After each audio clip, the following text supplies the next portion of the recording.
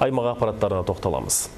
Қазіргі экономикалық ахуал белгілі бір дәрежеде экономиканы сауықтыруға, бизнеске жаңа серпін беруге, бәсекеге қабілетті арттыруға негіз болады дейді сарапшылар. Және уақытша қиындықты бірлесе, еңбектене еңсереміз дейді өңір кәсіпкерлері. Елдегі экономикалық ахуалға сыртқы факторлардың әсері бар анық. Юань курсының құлдырауы, мұнай бағасының күрт төмендеуі, рубльдің девальвацияға ұшырауы бәрі бізді сырт айналып өтпесі мәлім. Мемлекет басшысы шыны керек былтыр экономикалық ахуалдың күрделенетінін болжап айтты. Және осы тұрғыда үкіметке әлем экономикасының ахуалына қатысты стратегиялық болжам жасауын талап еткені ел есінде.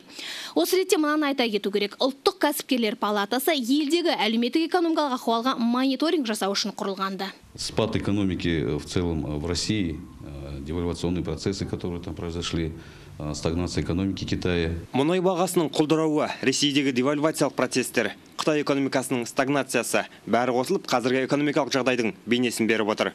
Кәсіпкерлер палатасының жедел штабының мониторингі өңірдегі өндіріс орындарына мемлекет тарапынан қолдау қажеттігін айқындап отыр. Кәсіпкерлер палатасы қазіргідей сындарлы кезеңде бизнес өкілдеріне барынша қолдау көрсететін болады. Қолға алынған шаралар бизнестің бәсекеге қабілеттілігін арттыруға, жұмыс орындарын сақтауға, өндіріс көлемінің артуына сеп болады деп сенім білдіреміз. Ел президенті бизнес өкілдеріне қазіргідей сындарлы сәтте құрыштай шынығу керек деп тапсырды. Пәрменді мүмкіндік ол бәсекеге қабілеттілік. Біз енді 2016 жылдың 1 қаңтарынан бастап дүниежүзілік сауда ұйымының мүшесіміз. Онда бәсекелестік қазіргіден де күшті. Сондықтан да ештеңеден қорқудың реті жоқ. Керісінше, қайта шыңдалып, бәсекелестік деңгейіне шығу маңызды деді мемлекет басшысы. Жалпы алғанда кәсіпкерлік бір теңізде кеме сияқты, оны нарықты ешкім нақтылап болжап айта алмағандықтан, осындай бір жағдайға әрқашан дайын болуымыз керек. Бұл соның көрсеткіші. Енді бұл дағдарысты, бұл экономикалық тұрақсыздықты өзіміздің жағымызға, өзіміздің бағытымызға бұрмалап тиімді қолдана білу, бұл кәсіпкерліктің үлкен шыңы болып табылады.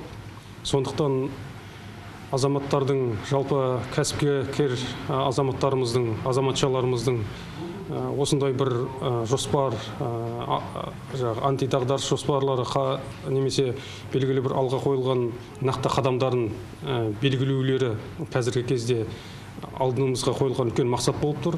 Соңғы жылы әлемде экономикалық дағдарыс барлық бағытта, яғни шикізат тауарларына, валюта, қаржы нарықтарына әсер етуде. Бұл дамушы және дамыған мемлекеттерде орын алып отырған жағдай. Ешбір елдің шекесі шылқып тұрған жоқ. Елбасы бүгін қанша бағдарламалар жасасақ та, өмір мен жағдай алдымыздан қиыншылықтарды алып келеді. Қазір де осында қиыншылыққа тақап тұрмыз. Бұл дүниежүзілік дағдарыстан ешкім де тыс қалмайды. Қазақстан әлем мемлекеттерімен, экономикаларымен байланысы бар ел. Сондықтан бұл дағдарысқа алдын ала барлық жағынан дайындалып, еңсеруіміз керек деді.